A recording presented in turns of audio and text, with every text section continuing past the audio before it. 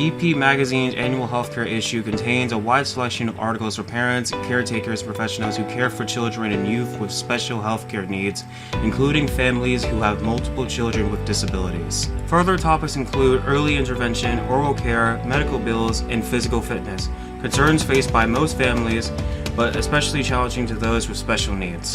Read it today at www.epmagazine.com. Oscar Mike Radio is a proud podcast partner of REITs Across America Radio, heard every Thursday at 11 a.m. and Sunday at 8 a.m. Eastern. They're also big supporters of the nonprofit I Got Your Six, Two Lives at Once. And with every REIT you sponsor through Oscar Mike Radio, $5 goes back to this great organization dedicated to making a difference in the lives of veterans, law enforcement, firefighters, and first responders battling PTSD. Two Lives at Once pairs these brave men and women together with dogs rescued from kill shelters. In this way, two lives are saved at the same time by saving each other. Donate now. Go to reitsacrossamerica.org/Oscar Mike Radio to help. That's reitsacrossamerica.org/Oscar Mike Radio.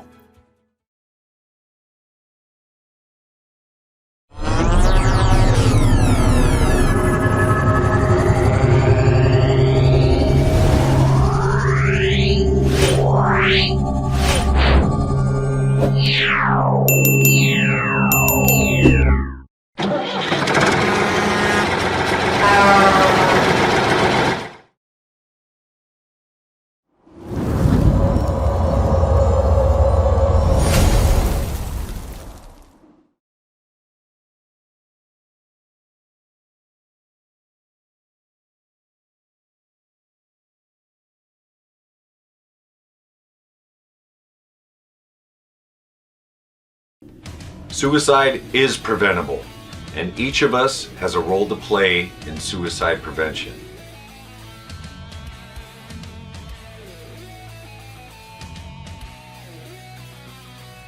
Suicide is complex. There is no single cause. And it's not always a mental health issue. It could be loss of a job or home, financial or relationship issues, pain, or leaving the military. Suicide does not discriminate. It affects all ages, races, and genders, veterans or not. If you know a veteran who is struggling, connect with them. Let them know help is available. There is quick and easy access to services in times of crisis. Dial 988, then press 1. Talking about it is okay. Don't keep it inside. Don't be ashamed. Don't wait. Reach out. Find resources at va.gov/reach.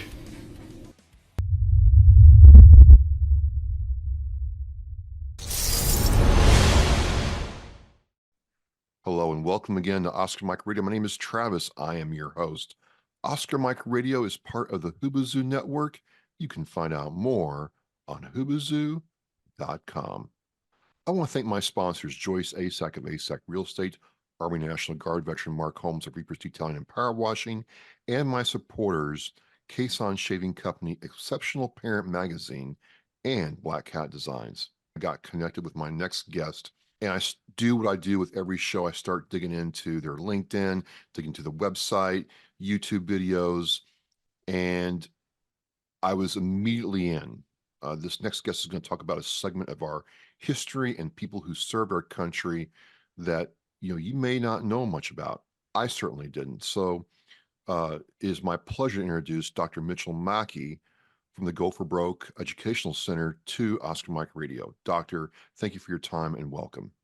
Travis, my pleasure to be here. Doctor, I got approached about this and then I reached back out, and your National Education Foundation, the Go for Broke Center, is about teaching people about the Japanese, the Nisei. Did I say that right?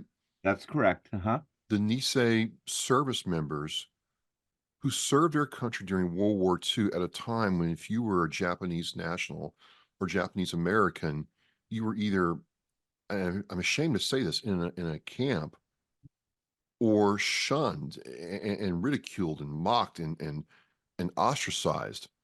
And so I'm like, wow, there's a whole story that Yeah, we know we did that, but you never really hear the human side of it. And then I read about how you all have supported the education, how you all have gotten into this. So let's just start at the beginning.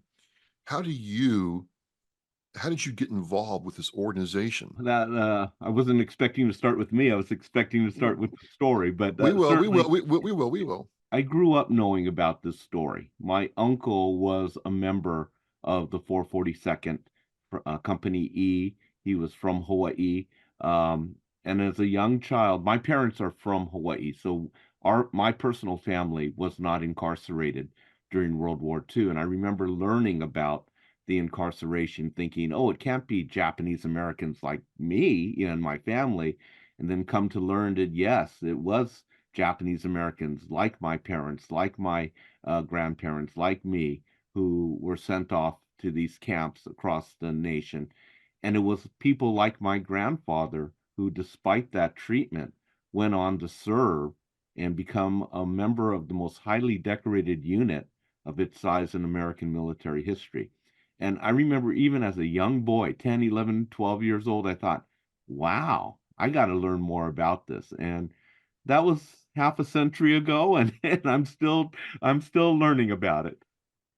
So how did Go for Broke get going? Because I would love to go down the road of your personal story and your family living in Hawaii, but more than that, where did this organization come from? Because you read about the organization, you understand, what you all are doing in terms of education, supporting these veterans who did serve during this time, and then making sure their stories are told in amazing ways. So, where does Go for Broke come from, and how do you all serve? Well, Go for Broke National Education Center started off as the Go for Broke Foundation nearly 35 years ago when the veterans were relatively young men. These World War II veterans at that time were in their 60s and wanted to make sure that their legacy would never be forgotten. And I say that meaning that it wasn't about, look what I did, but look what our community did. And look what it means to truly be an American and to serve this nation, even at a time when the nation doubts your loyalty. And so a number of these veterans, along with their officer, Colonel Young Ok Kim, who was Korean American at the time, and that's a whole nother story that we can get into. But he felt that just as strongly, and they got together in Los Angeles and created the Go for Broke Foundation that later would become the Go for Broke National Education Center. And there are similar clubs or organizations, not of our size and not with our exact mission, but in Hawaii and in other parts of the United States that continue to tell this story. And just for people out there who may not know or just think this is just impossible, could you remind us what the story is? You know, it's not enough to say, hey, these people served during a time of trouble and strife, but really, if you were Japanese, it's my understanding, if you were Japanese, you weren't allowed, you weren't welcomed, you weren't anything. And I've tried to get my head around that. It's not that I don't understand it. It's just hard to make that real to me. We're talking about the United States 80 years ago, 80 some years ago, a different time and different place in some ways. And in some ways, there are reflections of that time even with us today. So it's an important story that everyone needs to understand. So December 7th, 1941, the imperial nation of Japan attacks Pearl Harbor, and it thrusts the United States into World War II. Japanese Americans, like my parents, like my grandparents, began to wonder what would happen to us. Would we be treated like the American citizens we were, or would we be treated like the enemy because we shared a common heritage? Now, just to add some context to that, people my parents' age, my father and mother were born in the mid 1920s in the territory of Hawaii. They were American citizens by birth. Japanese Americans who were born on the continental United States similarly were American citizens by birth. my grandparents who immigrated to Hawaii around 1900. So they had been here in Hawaii as well as others on the mainland for 30, 40, some 50 years. Generations. Exactly. And Travis, why didn't my grandparents naturalize? If they had come here in 1900 and they were still here in 1941 when Pearl Harbor happened, they had never gone back to Japan. Why didn't they naturalize? I don't know.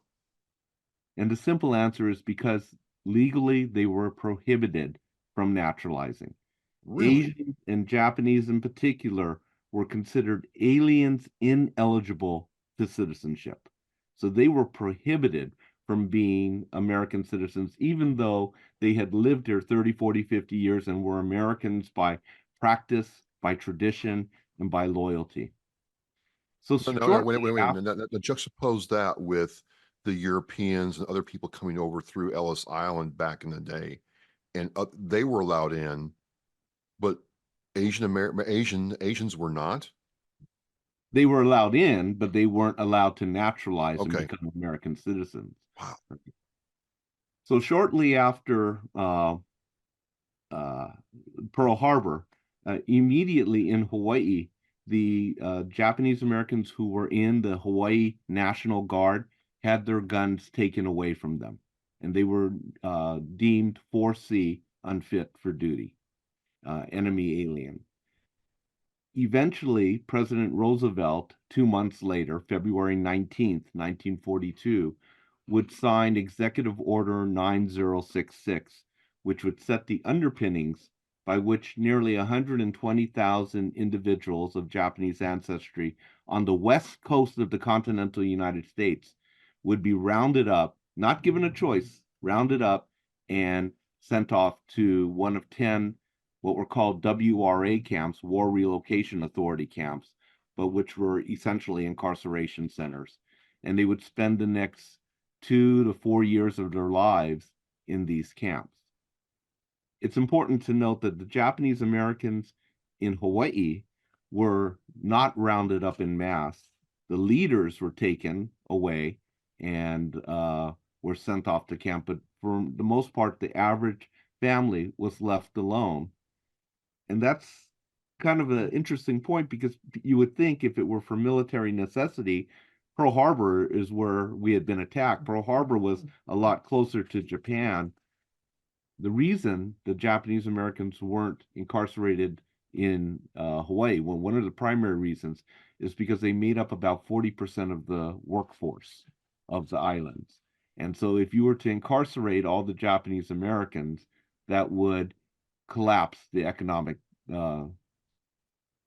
structure of Hawaii. What was it like after Pearl Harbor happened in Hawaii? And to your analysis, 40% of the population is Japanese American.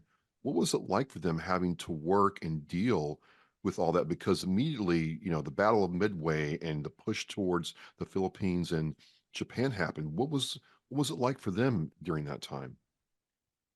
You have to understand that in 1941, there were a lot of non-white faces in Hawaii. A lot of different ethnicities, and not only Japanese Americans, Chinese Americans, Filipino Americans, and so as well as the native Hawaiian population and so forth. So on the ground level, if you will, these Japanese Americans grew up there. They felt like they were a part of the community, and then things change overnight where there's suspicion and there's feeling as if these are not to be trusted Americans. Versus on the continental United States, they are a vast minority. And as I mentioned, eventually, within 6 months of the bombing of Pearl Harbor, they've been rounded up, they've been sent off to these camps that are sprinkled across the United States. The other thing to remember is, especially for those that were on the island of Oahu, where Pearl Harbor is, for Japanese Americans there, this wasn't some distant, faraway place that nobody had ever heard of. Most Americans had never heard of Pearl Harbor before December 7th, right? This was their backyard. I can't tell you, Travis, how many people I've spoken to who were there on December 7th in the morning. They felt the bombs hitting the ground. They heard the planes flying over. They saw the casualties. Some of the casualties were people they knew. And so for many of the Japanese Americans, as well as all the other ethnicities on the island, there was a sense of rage. Not only is have we been attacked by a foreign nation, they attacked our backyard. And there was a real sense of, we want to get into this fray. We want to be a part of getting back and protecting what is ours. And for the most part, initially, the Japanese American soldiers and those who wanted to become Japanese American soldiers were not allowed to. Well, that was my next question is you have this going on in our country. You're in your home, and it seems unthinkable now, but it did happen that you're rounded up, you're put into these war relocation areas, and then you have young people sign up to serve our country. That just defies explanation. Like in today's age, if you did that, there's no way you could talk somebody into serving the very country that imprisoned them. What was the characteristics of these youth at that time that they wanted to do that? You put your finger on the pulse of this whole story. And it's interesting when I speak to young people today about what happened and ask them, would you serve? Almost unanimously, the answer is, excuse my language, hell no. In the sense that I'm not going to serve a country that has taken everything from me. So let's talk about the continental United States Okay. for a moment, because that's where the incarceration took place en masse. Japanese Americans lost their homes, their jobs, their businesses. They were kicked out of schools on the West Coast, and they lost everything. They were given the opportunity to pack one bag, what they could carry, and then they were off to some unknown place, not knowing what would happen to them. And then about a year into the incarceration, so in 1943, the Army comes up with the idea of, let's create an all-volunteer Japanese American unit that will serve as a segregated unit. So it wasn't to simply go out and fight, but they would serve together. And I ask that question of young people today, both males and females. Would you serve a nation that had done this for you? Would you go and fight for liberty and justice halfway around the world while your own family is behind barbed wire? And again, this unit was designed to go and fight in Europe against the Nazis. And invariably, the answer is hell no. But back then, in 1943, in Hawaii, on the first day that young men could sign up, 10,000 young men in Hawaii signed up to say, send me. On the mainland, much smaller number, given that they were in camp, but still on that first day, 1,200 said, send me, I will go. And thousands, literally thousands, would follow. And the question is, why? Yeah. Why would they serve? And part of the answer, Travis, is because they knew who they were. These people, Nisei, as you mentioned earlier in the podcast, which means second generation, the way Japanese Americans count generations, the immigrants were the first generation. The first generation born here is considered the second generation in America. But they were American born. They had grown up in the US. They had gone to American schools. They spoke English at school and then maybe went home and spoke Japanese to their parents. They ate, American food at home and in restaurants, and then maybe at home ate Japanese food. So they truly were Japanese American in terms of having this bicultural experience. Yeah. But in terms of allegiance, in terms of knowing who they were American. Many of these guys didn't even speak fluent Japanese. I mean, they may know a few words and so forth. The vast majority had never been to Japan, and they grew up like their white American and black American counterparts, listening to American music, wanting to go to dances and hang out with the girls and all that kind of good stuff that 18-year-old young men like to do, right? But it was an incredibly difficult decision, as you can imagine, because for those that said, we need to go because we need to demonstrate who we are and prove that we are loyal Americans. The counter argument was, how can you support a nation that takes everything from your family? And in addition to that, you have to remember they're in the middle of deserts and swamplands surrounded by barbed wire. Their parents are older, some of them becoming elderly, and their parents would say, we don't know what's going to happen to us as a family. We have to stay together, keep the family together. So it not only is an individual choice of do I do this or not, but do I abandon my family, who we're all scared because we don't know what's happening to us and so forth. And my parents, some of the parents wanted them to stay. Other parents would say, go if you must and try to stay alive, but do not bring dishonor onto the family. Wow.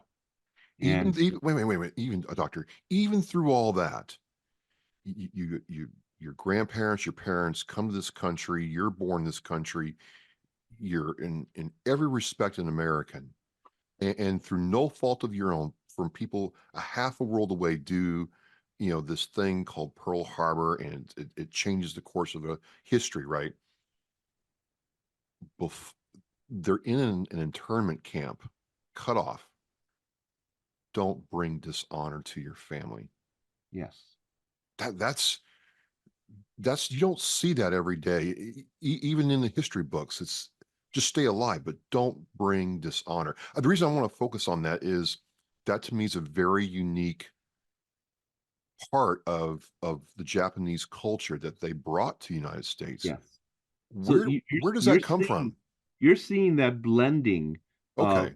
the Japanese values as well as the American values, right? Yeah, so explain that value, that just what's that value of don't bring dishonor? Where's that come from?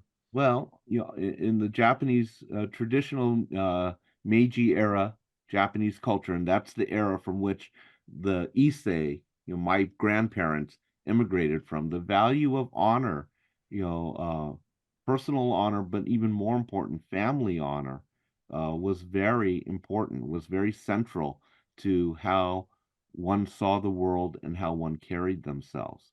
You know, and again, we could get into a very deep discussion about East versus West, American versus Japanese in terms of perspective. But clearly, the West and America, we focus on the individual Right. a great deal, and in the East and Japan in particular, it's really the group, and it's really what is best for the group, and by extension, what is best for the family, and that you are not an individual that only acts for yourself. You are an extension of the family, and whatever you do, good or bad, reflects onto the family. So that value, coupled with this very strong understanding, and I mean unquestionable understanding that we are American, that this is the land in which I was born. This is the land to which my parents have chosen to come and spend 30, 40 years living. There is no question in their mind. And let me also say, Travis, that throughout the World War II years, there was not one Japanese American who was convicted of any type of espionage or sabotage or acts against the United States. I've So read that several times. That's not one instant. so this perception that, oh, the Japanese Americans were a threat to America was really unfounded.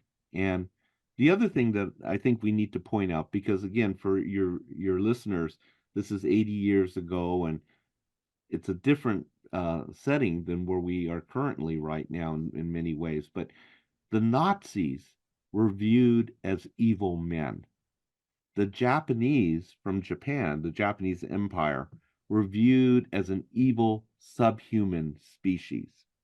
The racism and the hysteria of war just really blended itself together in terms of how mainstream America viewed Japanese and by extension Japanese Americans. And there was no distinction between the two in the minds of the vast majority of people involved with the incarceration of Japanese Americans. How did these units? Oh, go ahead. One last, and then Sure. I will answer the next question. But so one name that I want to put forward because he will come back in our story. There was a sergeant named Kazuo Masuda, Okay. and his family was incarcerated in one of the camps in Arizona, and he was serving with the 442nd. And he was asked, "Why are you doing this? Why are you putting yourself in harm's way, in death's way possibly, while your own family is behind barbed wire?"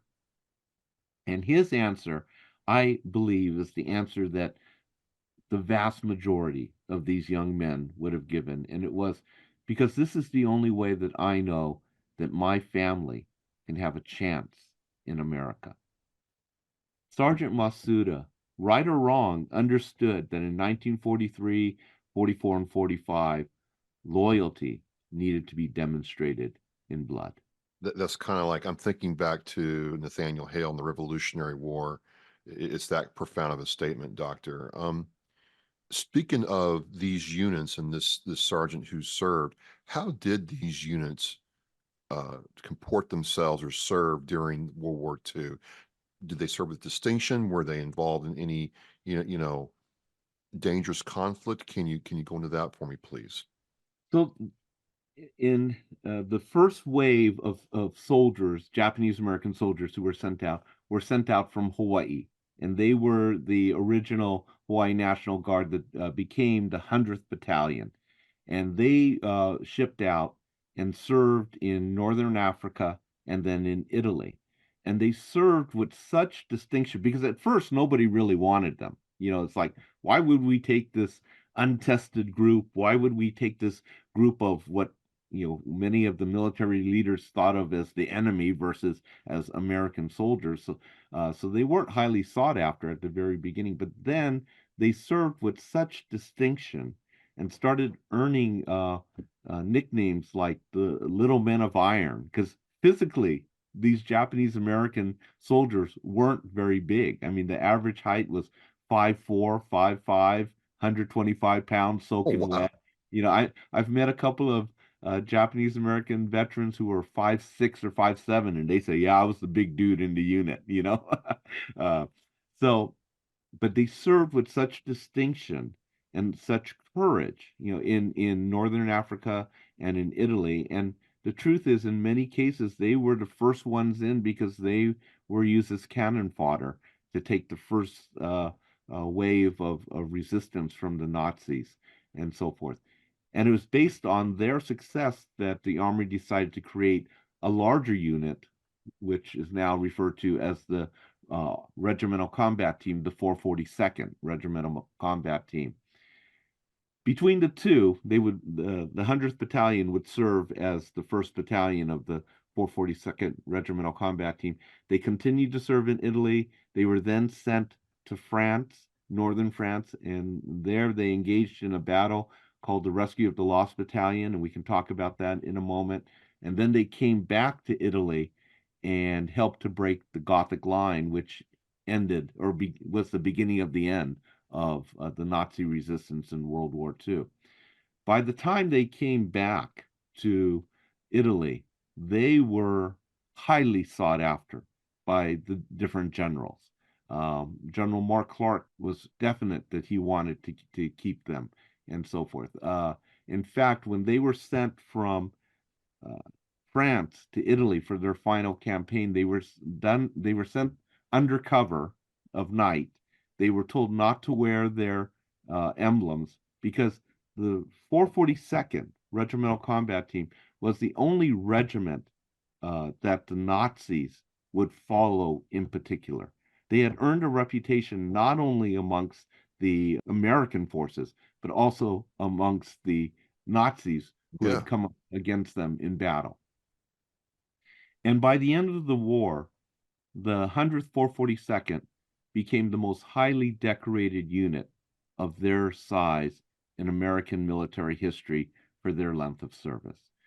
Unfortunately, most of those medals were Purple Hearts, which, as you know, one receives when one is wounded or killed.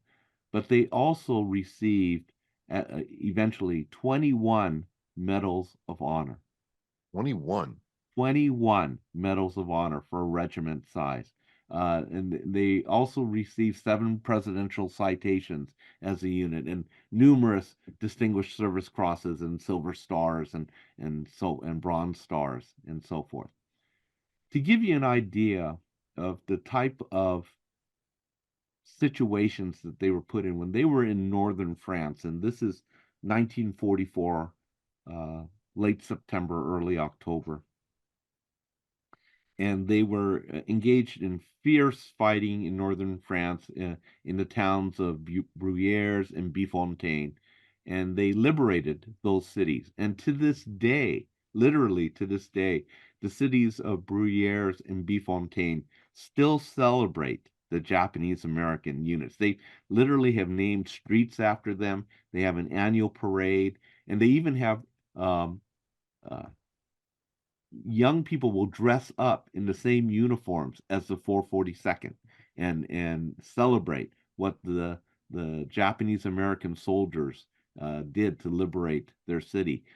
In 2019, my daughter and I went and attended one of these parades. So that's what 4 or 5 years ago Yeah. type of, and they every year, and they came out and were thanking us as if we were the ones who had actually done, the heroics. But I mean, they were so grateful. And I remember one grandfather, elderly man, he was with I presume his grandson, and he said, if it weren't for them, we would be speaking German today. Yeah. Shortly after they liberate these two towns, they get the orders rather than getting a week's rest or what normally the soldiers would get at that time to recuperate. There was a battalion of uh, mostly white American soldiers from Texas, about 275 of them, that were trapped in the Vosges Mountains in the forests, right, and they were surrounded by Nazi troops. And the army had tried to send in several battalions to break through to save this Lost Battalion, and none of them had experienced any success. Finally, they said, let's send in the 100th 442nd. They've had a good level of success, and also they were expendable. Well, the men of the 100th 442nd understood that all of them would walk into that forest, but not all of them would walk out. But they also understood that the eyes of the nation were upon them.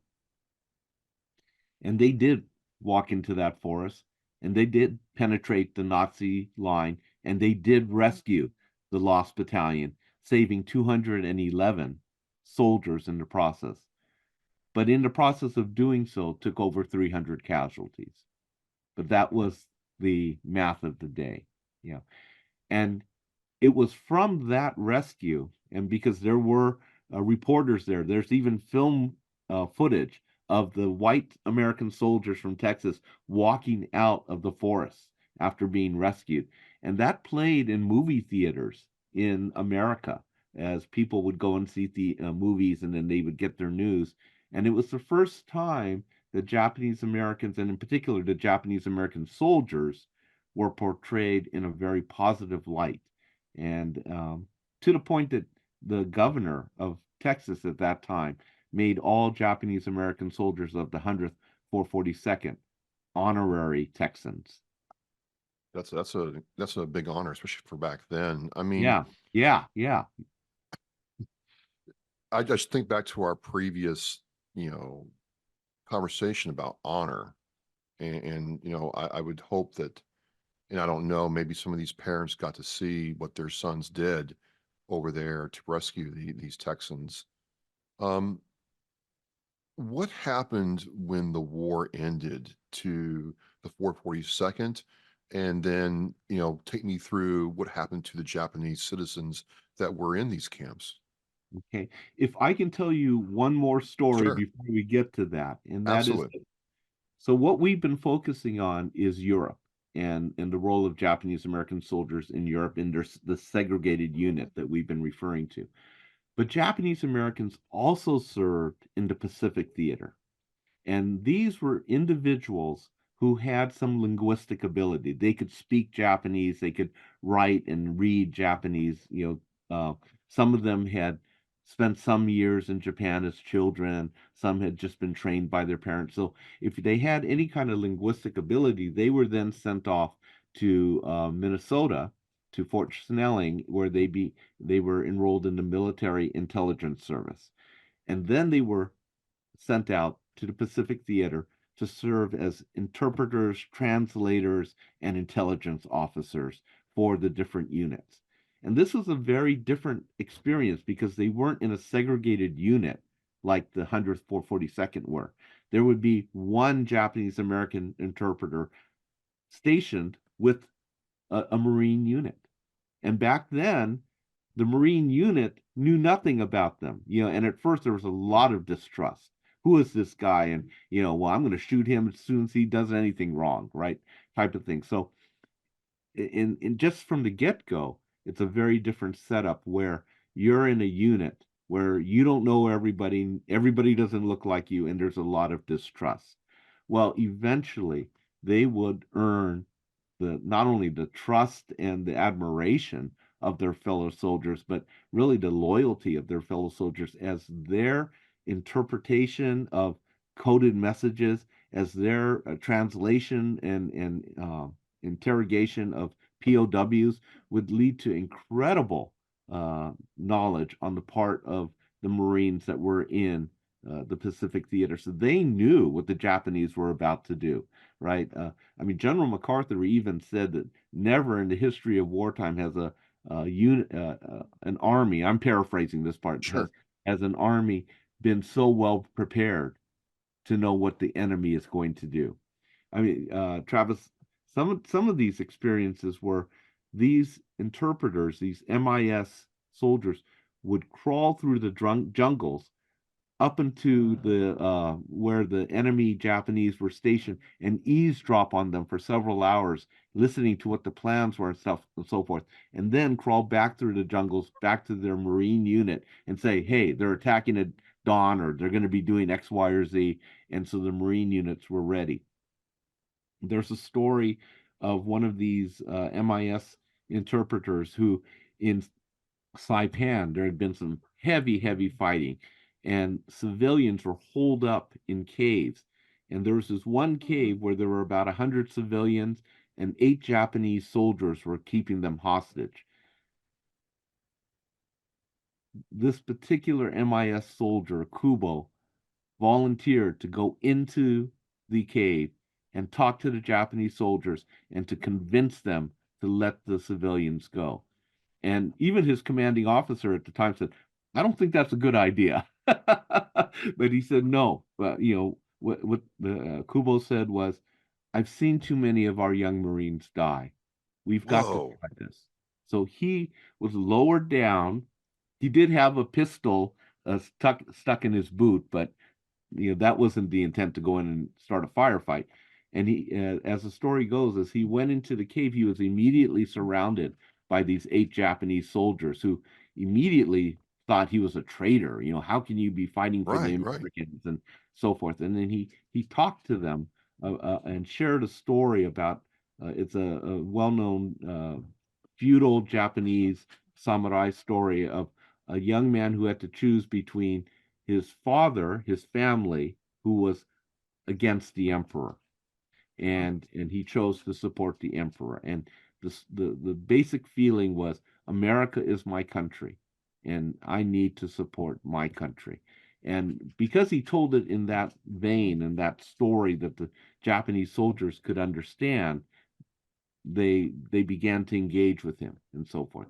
Finally, he said to them, "Look, you're surrounded. Let these people go. Uh, you don't stand a chance anyway. And they said to him, we will let you go and we will decide what we want to do. And we will either let them out at around 2 o'clock or not. So Kubo was let go. And as they waited, sure enough, around 2 o'clock, people started streaming out. The civilians started streaming out of the cave. And eventually the 8 soldiers came out too and surrendered. So again, and there are numerous stories like this uh, that talk about how the work of the MIS soldiers helped to shorten the war in the Pacific theater, thus saving thousands and thousands of lives on both sides. Right. One other quick story is that there was an MIS soldier who was stationed stateside. His name was Kazuo Yamane. He was given a box of documents that had been captured. It fell off of a boat in the middle of the ocean. They thought it was worthless, but they said, look, it's all in Japanese. Go ahead and start to review it. He started reviewing it, and literally the first notebook that he pulled out of there described where all the armaments were being stored on mainland Japan. And it was from his translation that the army could go in there and pinpoint and destroy these stockpiles of armaments, and really it weakened Japan in a very serious way that they couldn't continue the war effort. Right. And to go to your question now, which is what happens after the war, those particular Japanese soldiers who were fighting in the Pacific theater, many of them would stay on and be joined by other Japanese American soldiers, and they would help to translate and interpret post-war Japan. So they helped in the war crime trials. They helped in the reintegration of hundreds of thousands of Japanese soldiers who were coming back from around the world. They helped to rebuild Japan and literally even helped in the writing of the Japanese Constitution that stands to today. So they were an integral part of rebuilding Japan. And as we know, Japan has become our most trusted and important ally in the Pacific theater. Sure, especially with everything going on with Taiwan and So then your question is, what happens after the war when all these Japanese American soldiers are coming returning, back. Yeah, right? yeah. So the war ends and the camps begin to close, and the Japanese Americans who were in these camps are given $25 and a one-way train ticket to reestablish their lives. And, some of them went east, but the majority of them came back to the West Coast where they had originally um, been living. And as you can imagine, the concerns or the priorities that these families would have would be what all of us would have. Let's put a roof over our head. Let's put food on the table. Let's get a job. Let's send the kids back to schools. Let's start to rebuild our communities, right? But for the Japanese American community, there was also another feeling, and that was a feeling of shame that somehow we had done something to bring this egregious violation of the Constitution upon ourselves. We had not been we had not been American enough. So the feeling was, let's be 110% American so that this never happens to us again, right? And that's why a lot of times Japanese Americans my age, whose parents were in the camp, we don't speak Japanese because our parents didn't want us learning Japanese. They wanted us speaking the King's English, and so therefore that was the feeling that the general community had. But for the soldiers who were coming back, there was a different feeling, a feeling like, I just put my life on the line. I just saw my best buddy be killed. I lost my brother in this war. I'll be damned if I'm going to be treated like a second-class citizen any longer, right? And for the soldiers who went back to Hawaii in particular, and again, Hawaii is a different context than the mainland because there's a lot more Asians and there's a lot more Japanese Americans there per capita. Many of them went back and said, we're going to change our lives. They took advantage of the GI Bill. They went and got their college degrees. They became lawyers, doctors, businessmen, political leaders. So that's why now, if you visit Hawaii, right, they no other state can say that they've had 3 or 4 Japanese American senators. They've had 2 Japanese American governors. You look at the state legislature, and it is full of Japanese American names, right? The business leaders are Japanese American in Hawaii. And I jokingly say to people from Hawaii that I know, you cannot go grow up in Hawaii and go to public school and not have had a Japanese American teacher or Japanese American principal. I mean, the community transformed Hawaii into the state that it is now, and really contributed in major ways to making Hawaii what it is. And in fact, in 1959, Hawaii becomes the 50th state. So that's in a nutshell what happened in Hawaii. On the mainland, it was a little bit different because we still remained a vast minority. And for many Japanese Americans, they returned home and there was still the racism and the prejudice. Senator Dan Inoue, who eventually would become the senator from Hawaii, was a member of the 442nd. He lost his right arm in battle fighting for America. After the war, he went to San Francisco and wanted to get his hair cut, and the barber said, "I don't cut Jap hair." And that just is a story that kind of encapsulates the struggle that Japanese Americans had to reestablish their lives and to really help rebuild the community. So In 1952, in the 1950s, things start to change in America. In 1952, we have the McCarran-Walters Act, and that's when, for the first time, Japanese in America can naturalize and become American citizens, even though there was a very small number that were allowed to do so. 54, we have Brown versus Board of Education that says separate but equal. There's no longer the law of the land. The civil rights movement starts in the 50s. But for this story, what's important is in 1959, Hawaii becomes a state. And with that statehood, you get representation. And the first congressperson to be sent to the capital was Representative Dan Inoue, who I just talked about. yeah, Who gave his right arm in battle, lost his right arm in battle. And what better symbol of loyalty to send to the nation's capital than somebody like Representative and to be Senator Inoue? these young men brought honor to their families and their communities, which leads me to, go for broke. Now, at first, I'm trying to understand how does go for broke, what's that mean in relation to the education part of telling the story? Doctor, I've read through the website. I'm like, I can't find the link. So it's been bugging me. Start me there. Where did that come from, please? The term "go for broke." Right. Well, I know what the term "go for broke" means, but how does it relate to the education and foundation that was created to keep these stories alive? Okay.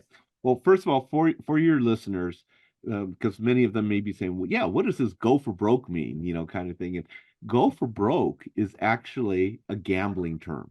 It essentially means go all in. Give it your all. And the soldiers, Japanese American soldiers, particularly the ones from Hawaii, loved to gamble.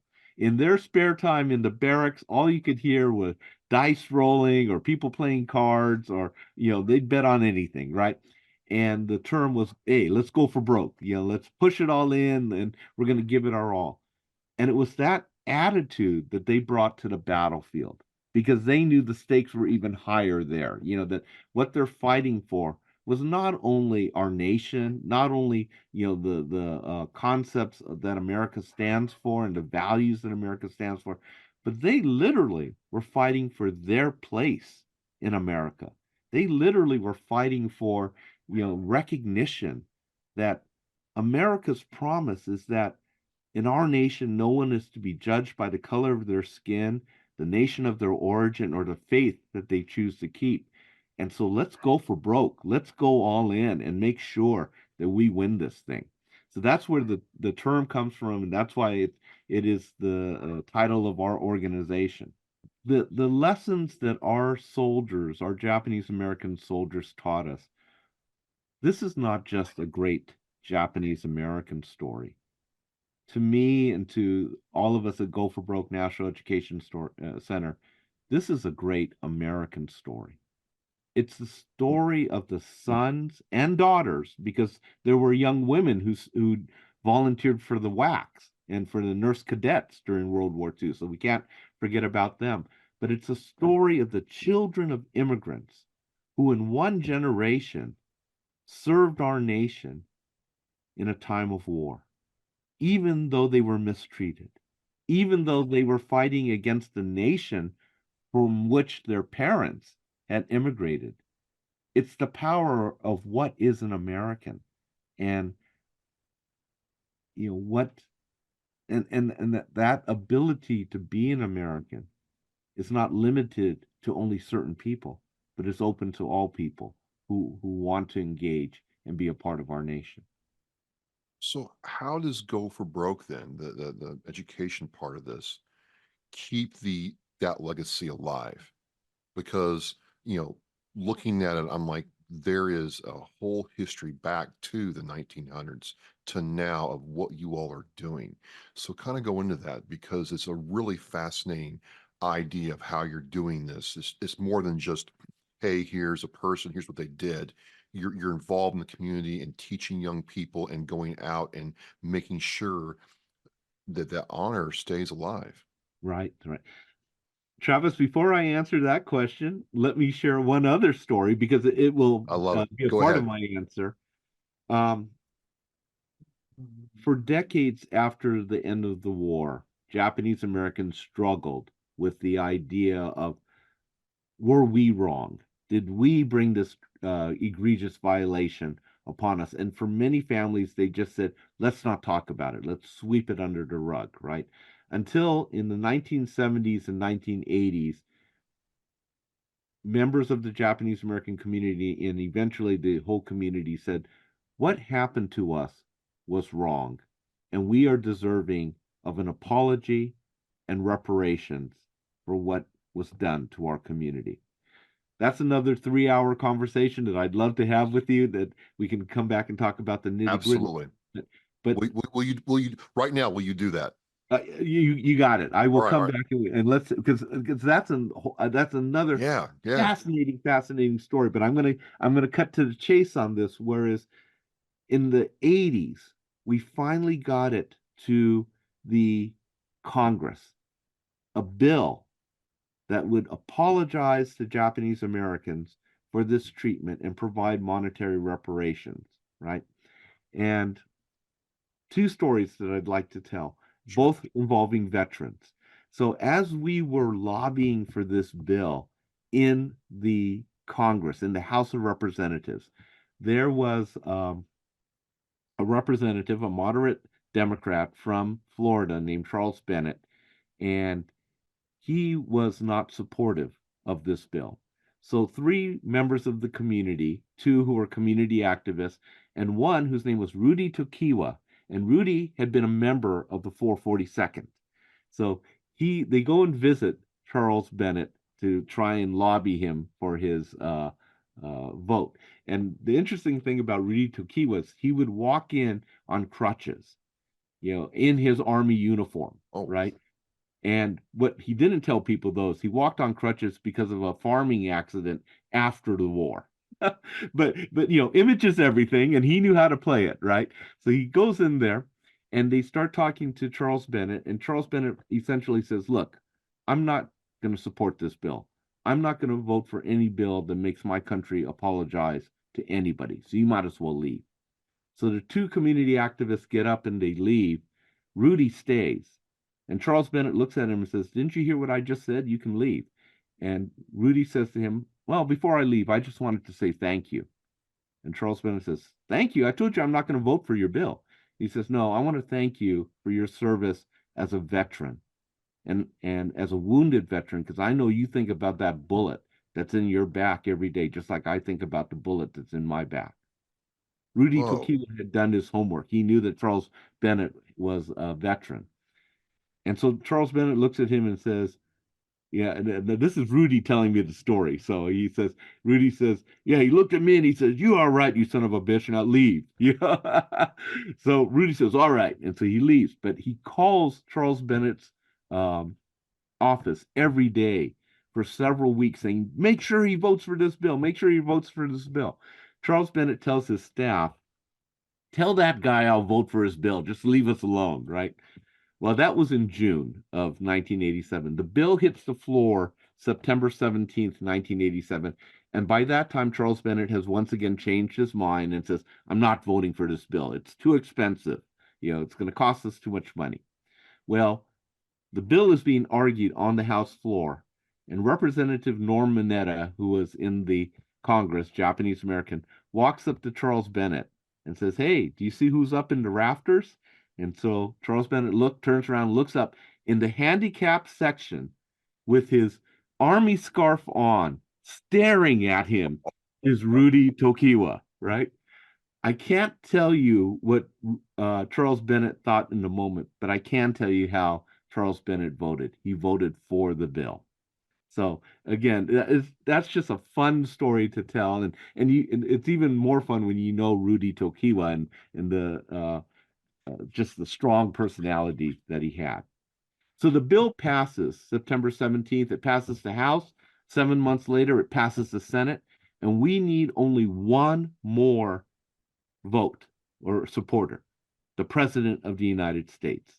And in 1988, the president was none other than Ronald Reagan. And for your listeners, Ronald Reagan was a very conservative president. And Right.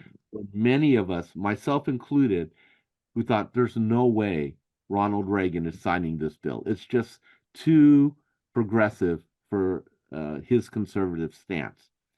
But for your listeners who remember Ronald Reagan, whether you agreed with his policies or not, most people would agree that Ronald Reagan was a great communicator. He had the ability to tell stories that would touch people's hearts and move them in a certain direction. Well, the opposite was true of Ronald Reagan. If you could tell him a story that would touch his heart, you could have a great advocate on your hands. The question was, what story could we tell Ronald Reagan that would get him excited about this and understand it on a personal level? Well, if you remember a few minutes ago, I told you about a soldier named Kazuo Masuda who said, I'm doing this because it's the only way that my family can have a chance in America. Right, right. 2 weeks after he said that, Sergeant Masuda was killed in battle in Italy, fighting with the 100th 442nd. After the war, his family is released from Gila River camp in Arizona, and they try to return to their home in Santa Ana, California, and are met with nothing but hate speech, racial taunts, and threats of bodily harm. And so the Army realizes this is a PR fiasco. One of our own fallen heroes, his own family can't move back home. So they send out a contingent of Army officers to have a medal ceremony for the Masuda family and to present them with the Distinguished Service Cross. And on that day, there was a young white American captain named Ronald Reagan, who was amongst those officers. And that night, Ronald Reagan addressed an audience, and the Masuda family was there. And he said, the blood that is soaked into the sands is all of one color. America stands unique in the world, the only country not founded on race, but on an ideal. Mr. and Mrs. Masuda is one member of the American family to another for what your son Kazuo did. Thanks. That story was relayed to President Reagan in the 80s, and his response was, I remember what those soldiers did for America. And it helped to align the whole issue of the incarceration and what had been done to fellow Americans. It aligned it with his personal and political values. And it wasn't the only reason, but it helped to make it possible for him to say, I can support this. And on August 10th, 1988, he signed the Civil Liberties Act, which gave an apology and monetary reparations to Japanese Americans. So that Kazuo Masuda story is a story of a veteran whose contributions, whose sacrifice changed the course of history, literally changed the course of history. And to answer your question, Travis, of how do we start, how do we use our story to inspire people, young people in particular, it's by telling these stories and saying, you too can change the course of history. You too can make a difference by what you do. And you never know exactly how it's going to play out. But, I think the idea of America's promise is one that resonates with many young people. And our perspective is the Japanese American soldiers fought for America's promise. And we tell that story, and it's an inspiring story, as you can tell. But now it's our turn, contemporary Americans, to continue to fight for America's promise. And yes, we're going to have different interpretations of what that means. And yes, there are issues that need to be discussed and debated and so forth. But let's engage in that civic dialogue. Let's engage in that civic debate so that we can keep America true to its promise. So now, in your current role as head of the Go for Broke, how do you all do that?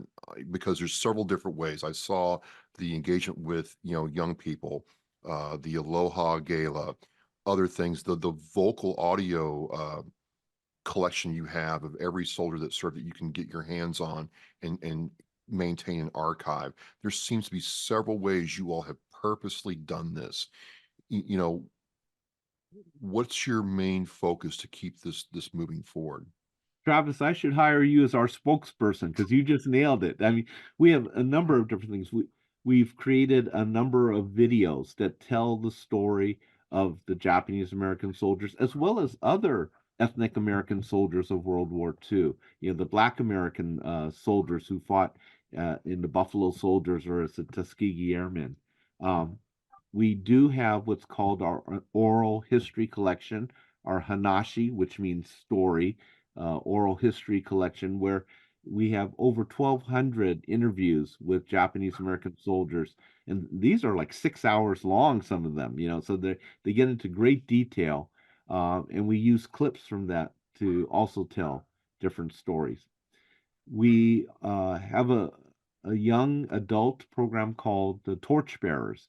And this is for young adults, when we say young adults in their 20s and early 30s, to talk about one, the story, so they can be inspired by it, but then to turn the question and say, so how can you serve? Not necessarily in the military only, but how Right. can you serve in any walk of life to advance America's promise? And the latest initiative that we have in Los Angeles, in the Little Tokyo area, is we literally will be breaking ground on a new building in February.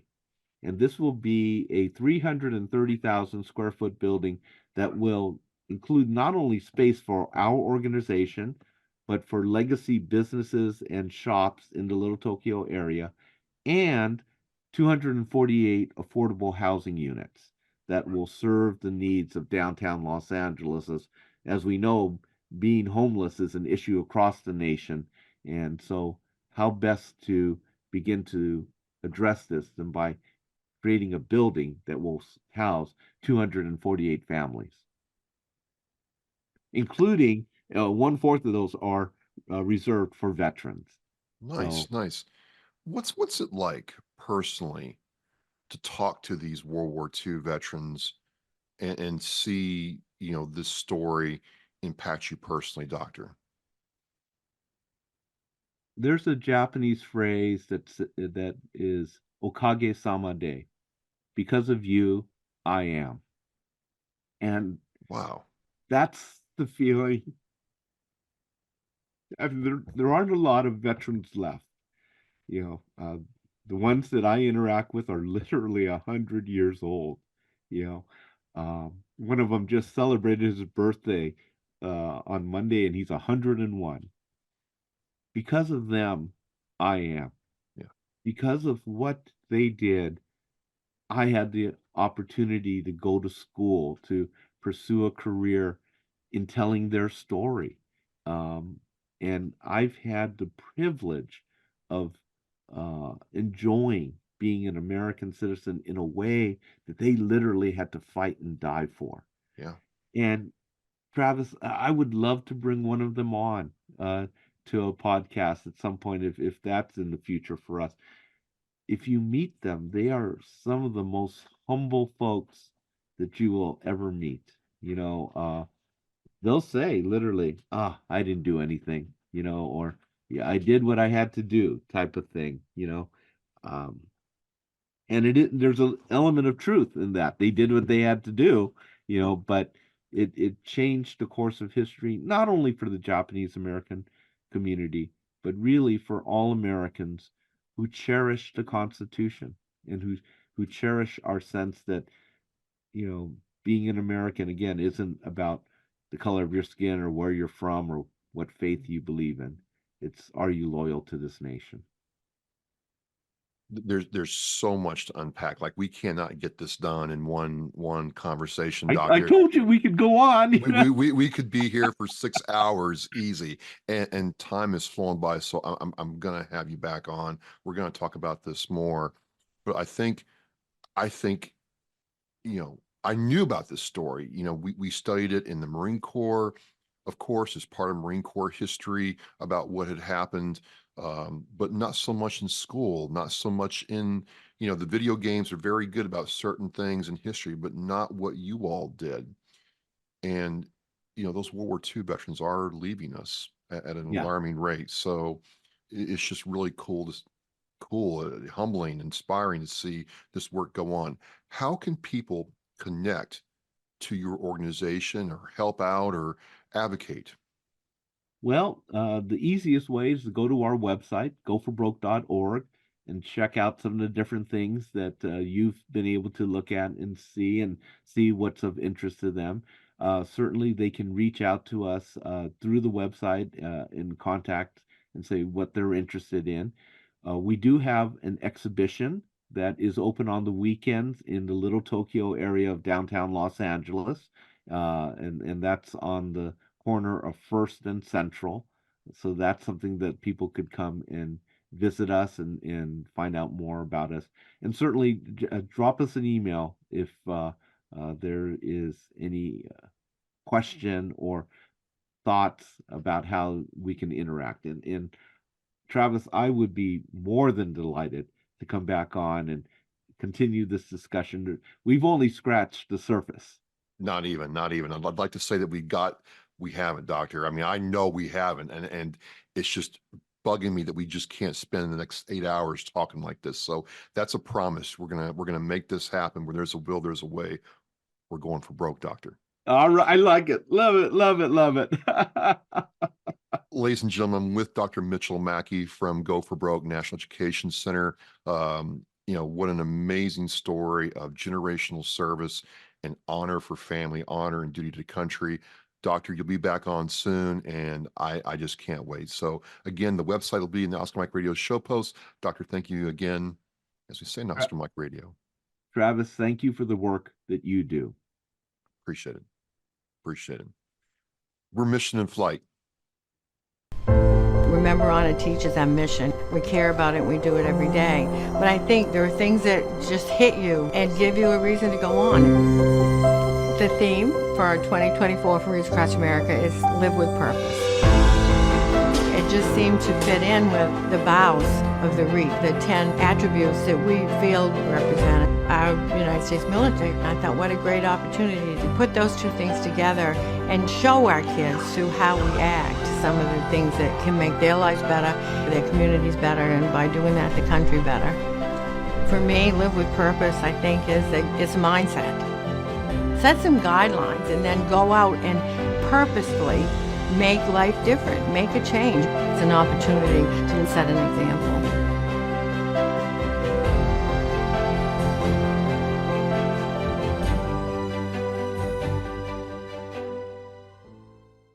Thank you for listening and watching Oscar Mike Radio, where our active duty service members and veterans are in action and the mission is in flight.